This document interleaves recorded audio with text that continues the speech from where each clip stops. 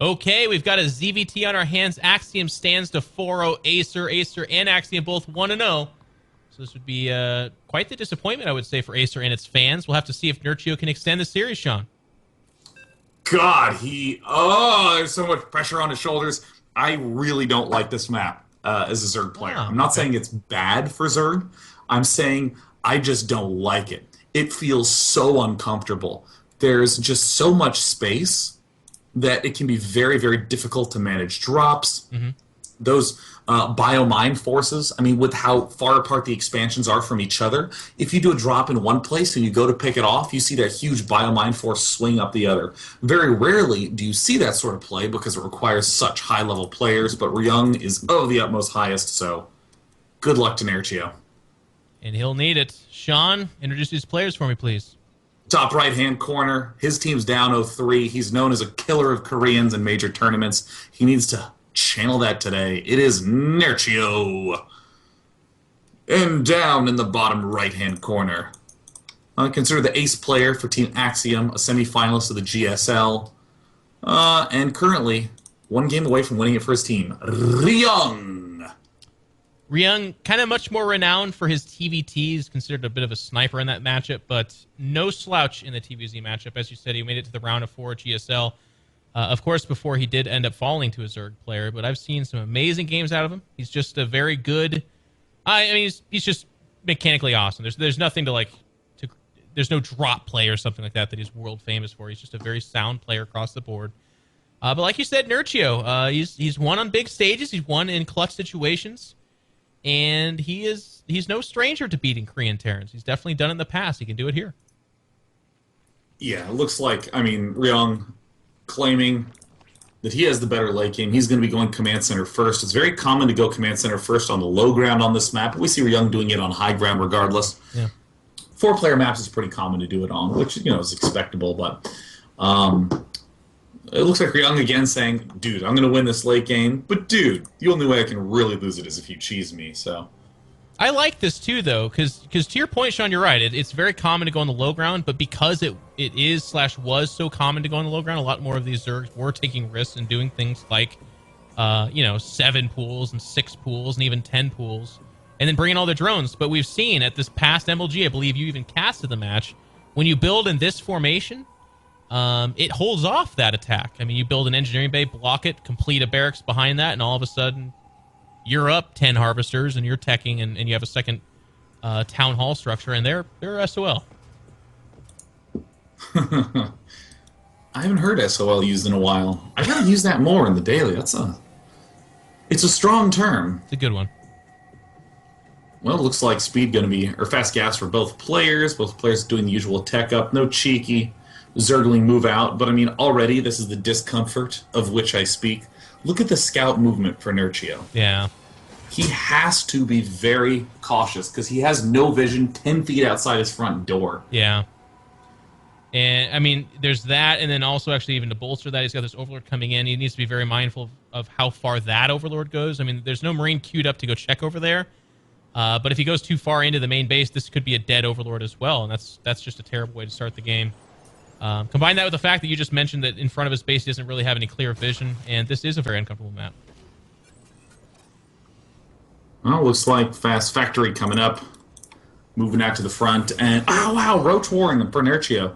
I mean, as we've said before, the phase for Terrans generally starts around 6 to 7 minutes. That's when all of them Hellions begin flooding the map when Terrans are going for map control, so that way they can get up their own third command center. And, you know, like we're seeing from Ryung, if you do go for that one gas geyser quite early, you are immediately saying, I'm going fast 3 CC. So these roaches coming up will arrive a little before that wall off is done at the front. So this is a pretty dicey spot for Ryung to defend, but equally dicey for Nerchio if Ryung does defend. Yeah, I mean, he's putting on the line, to your point. He only has the 2 Marines in the bunker, and that's how it's going to be for a little while. This reactor is getting switched onto that factory, and of course, Hellions are no answer. Oh, he's even going for the tech lab, which is completely standard play. That's not, super greedy or anything like that, but he has nothing out of the map, Sean. He has no SCV, there's nothing out there. Wait, he hasn't even scouted. No, he hasn't. Nothing at He has all. literally not moved outside of the front of his map at all. There's the second gas geyser, which of course means he wants to be going for double engineering bay. This is the classic I am going late game biomine. The Does he Hellions are wait? going to... No, he does go. Oh, Okay. is he going to split those Hellions up? Or is he just going to go center map and begin checking spots one at a time? Look at these lings. They're going to try to distract. Well, I mean, they're not going to last that long, but basically, oh, the roaches. Oh my gosh, they're playing sneaky. They're playing sneaky. He has no idea. And he has, Sean, to your point, look where he's going. He doesn't even know where the Zerg is. Dude, he has no clue. He's not even... And there's the roaches just Surprise! arriving. Yeah. And amazing reaction timing by Ryung, but still, look at how slowly 2 Marines and Hellions will be killing everything off. Yeah. He actually made a safety Marauder, which is really to his benefit. It does get in the bunker, so it's going to do some damage there. Oh but my god. There's so many roaches. There's still, what is this, 7? He's just pulling far to the backside, picking off as many SCVs as he can. We see that in the units lost tab, 11 workers have been killed off. Countless other units have been picked off, and I mean, it's so countless that we're actually going to count them.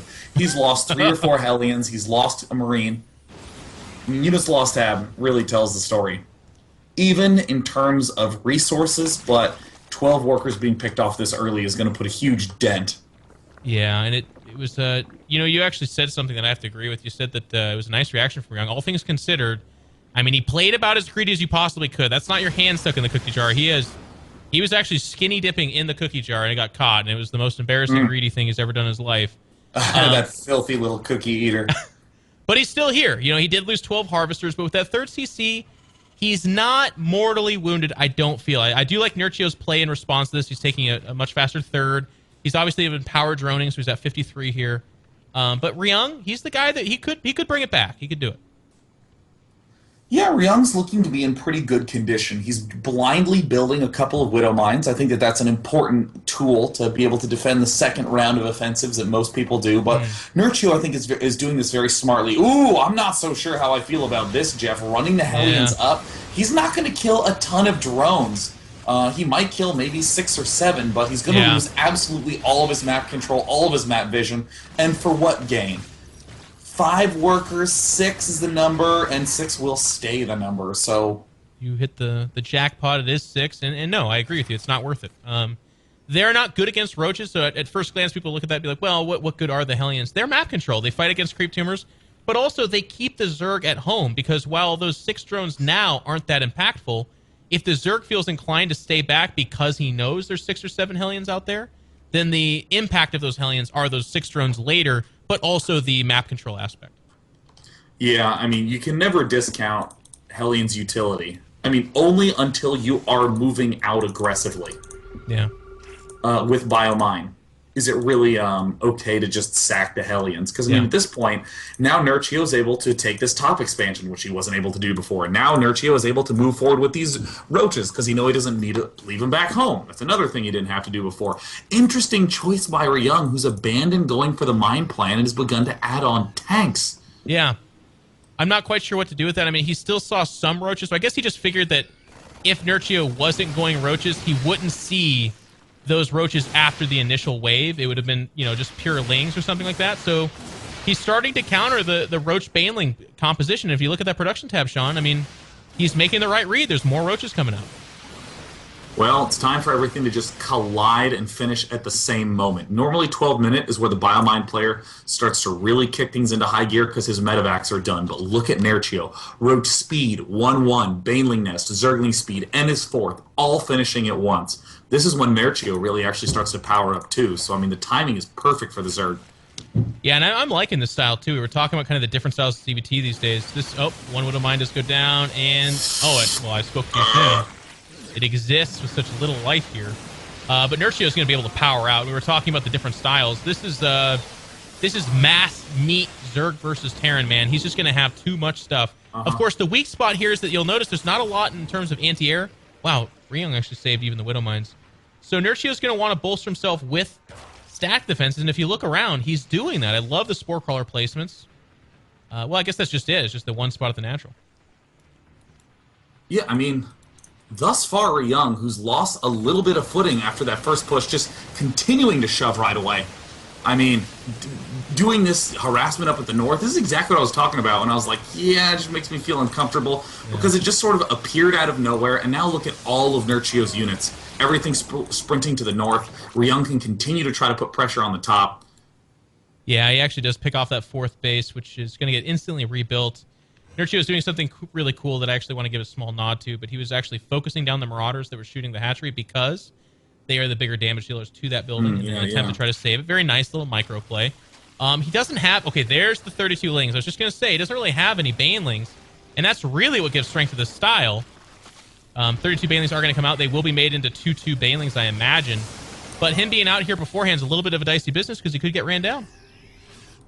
Well, not going to happen, though. Looks like the medevac is aware of how few things shoot up. Ryung is just...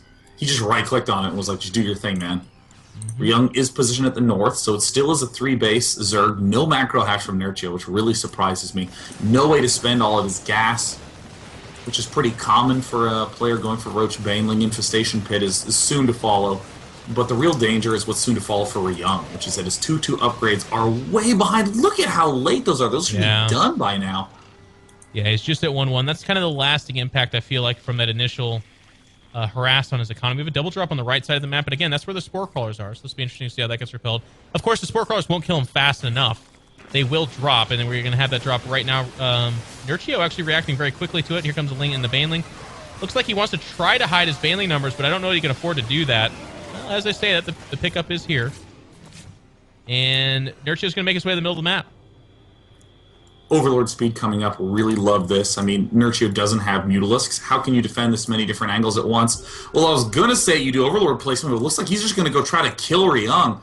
Yeah. Oh my god, that is a lot of Banelings. Roaches charge in first to absorb all the hits, and then just obliterate everything. But the 3rd base is under fire from Nerchio. He's going to have to run all those drones. But look at the main. Banelings continue to try to roll up. Goodness. Oh, that's so brutal. Yeah, there's just no defense here for Ryung. Like, it's definitely a cracked Terran. In the background, Ryung is doing this base trade of sorts. My problem with this, Sean, is he only got the 1 medevac. I mean, every time he stims, he's rendering that useless, but also his army's getting a little bit more weak. I feel like Nerchio can casually hold this off, and that's what we're watching right now. Yeah, I mean, just dealing absolutely massive, massive damage to the main. It doesn't even matter what the economy is anymore of Ryung. If his units die the instant they pop up, this is Nerchio's game. The push at the front gets cleaned up. There's one more medevac's worth of units at the right side, so Ryung GG's. Nerchio avoids the 4-0 for his team. Yeah, it's a staunch need of that win there, and he does get it. It's going to be 1-3 now. Nerchio in dominating fashion, I have to say. Like, I liked the timing attack early. I liked his follow-up play. You and I were talking about how he doesn't really have a whole lot of stuff that shoots up, so that's going to be a problem. So what does he do? Well, Sean, he tries to get the win mid-game as opposed to push it late, trying to deal with all that Ryung harass. And it ended up being the winning choice. I mean, Ryung wanted to buy time. That's why he was out on the map. That's why he's harassing. Not necessarily because he feels like that's what he wants to do. I feel like it's what he had to do. But Nerchio didn't take the bait. Just went for the kill. Beautiful play from Nerchio, which means that it's time for the main event of the night. Once again, in the best-of-7 format, each team is allowed to send out a player twice. And hilariously, the same 2 players were sent out in the same 2 matches. MMA and Alicia are going to be the next 2 games. If MMA loses this match, then his team is out. But if MMA wins, he'll push it to a Game 6, where he can hopefully push it to a Game 7. It's a treat. Both these players are phenomenal. I'd watch them play if there's nothing on the line. It's, of course, even better when there is something on the line. MMA has his back up against the wall. Alicia going to come in the clutch and try to close out Acer, or will they surge back? Ladies and gentlemen, we're going to take a quick commercial break. When we come back, it'll be that PVT.